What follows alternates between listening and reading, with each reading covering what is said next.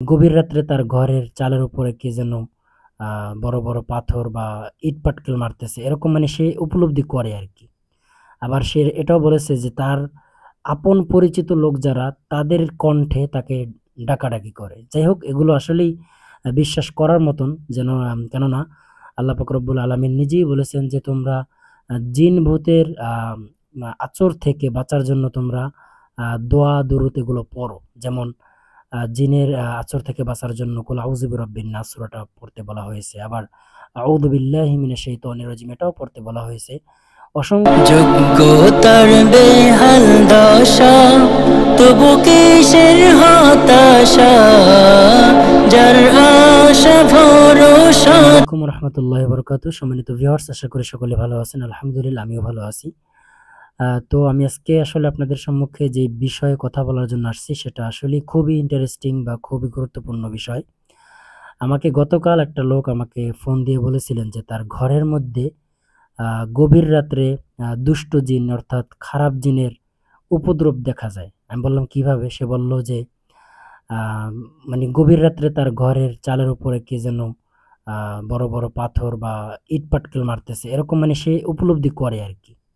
আবার সে এটাও বলেছে যে তার আপন পরিচিত লোক যারা, তাদের কণ্ঠে তাকে ডাকাডাকি করে। যাই হোক, এগুলো আসলেই বিশ্বাস করার মতন, যেন কেননা আল্লাহ পাক রব্বুল আলামিন নিজেই বলেছেন যে তোমরা জিন ভূতের আচর থেকে বাঁচার জন্য তোমরা দোয়া দুরূদ এগুলো পড়ো। যেমন জিনের আচর থেকে বাঁচার জন্য কুল আউযু বিরাব্বিন নাস সূরাটা পড়তে বলা হয়েছে। আবার আউযু বিল্লাহি মিনাশ শাইতানির রাজিম এটাও পড়তে বলা হয়েছে।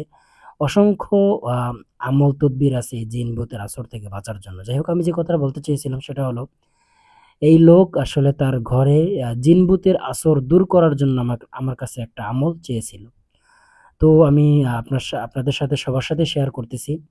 এরকম ভাবে যাদের ঘরে বা ঘরের আঙ্গিনায় এরকমের জিন ভূতের উপদ্রব দেখা যায় বা দুষ্ট জিনের চলাচল দেখা যায়, আপনারা যে কাজটা করবেন সেটা হলো, আমি স্ক্রিনে সূরা রহমানের ৩-৪টা আয়াত আমি লিখে দিচ্ছি, আপনারা দেখতে পাচ্ছেন।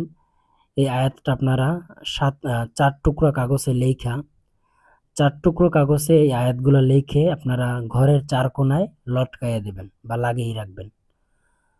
এটা হলো আজকের আমল। যদি এই কাজটা করতে পারেন, ইনশাআল্লাহ আশা করি আপনার ঘরের যে উপদ্রব, জিনভূতের উপদ্রব বা জিনভূতের চলাচল, এটা অবশ্যই চলে যাবে। জিনভূতের আসর থেকে বাঁচতে পারবেন। আশা করি সকলেই কথাগুলো বুঝতে পেরেছেন।